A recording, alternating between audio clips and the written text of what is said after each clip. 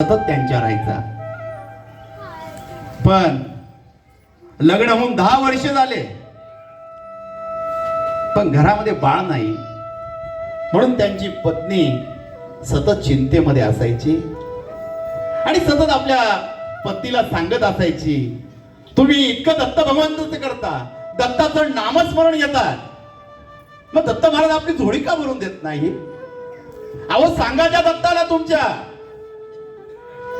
का रात्रं दिवसभर माझ्या मुखामध्ये दिगंबरा दिगंबरा श्रीपाद वल्लभ दिगंबरा हा मंत्र चालू असतो, तरी दत्त महाराज माझी झोळी का भरत नाही? तुम्ही बोलत का नाही? नवरा एवढंच सांगायचा, माझ्या दत्त प्रभूंची जेव्हा इच्छा असेल त्यावेळेस ते माझ्या नक्की झोळी भरतील, त्याची काळजी तू करू नको. आपण फक्त भगवंताचं नामस्मरण घ्यावं आणि त्या नामस्मरणात आपण गुंतून जावं, बाकी आपण भगवंताकडे काहीच मागू नये. त्याला काळजी वाटेल तो आपली झोळी स्वतःहून भरून देईल. नशिबात असेल तर मिळेल आणि नाही मिळालं तर हा जन्म माझ्या सद्गुरूची सेवा करण्यासाठी झालेला आहे असं मी समजेल. हे पत्नीला समजून सांगत होते आणि पत्नी सतत काही ना काही चुका काढायच्या.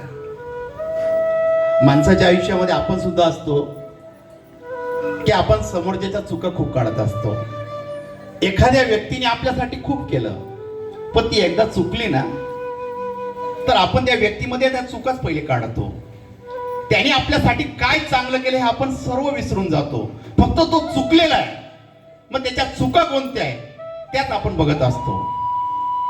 तर चुका बघू नका, त्याने आपल्यासाठी जे सुंदर क्षण दिलेले आहे, आपल्यासाठी कधीतरी चांगलं केलेलं आहे ते क्षण आठवा.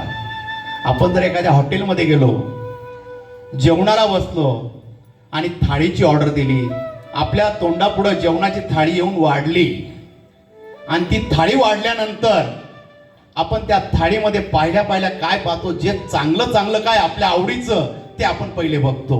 न आवडणाऱ्या गोष्टीकडे आपण लक्ष देत नाही, त्या आवडणाऱ्या वस्तू पहिले आपण खायला सुरुवात करतो. तसंच आपल्या आयुष्यामध्ये चांगल्या गोष्टी पहिले बघा, वाईट गोष्टींकडे दुर्लक्ष करा. आयुष्य खूप सुंदर दिलेलं आहे भगवंताने, ते सुंदररित्याने जगा. आपल्याला भगवंताने एक नाटक म्हणून जन्माला दिलेलं आहे. आपली भूमिका संपली का आपल्याला जायचंय एक दिवस, मग भूमिका अशी निभवा, गेलो तरी नाव निघालं पाहिजे, इतिहास रचला पाहिजे. हे दत्त भगवंताचं नाव घेत होते आणि पत्नी घरी कटकट करत होती. यांनी ठरवलं आज दत्त मंदिरात जाऊन बसावं आणि त्याने दिगंबरा दिगंबरा त्यांचा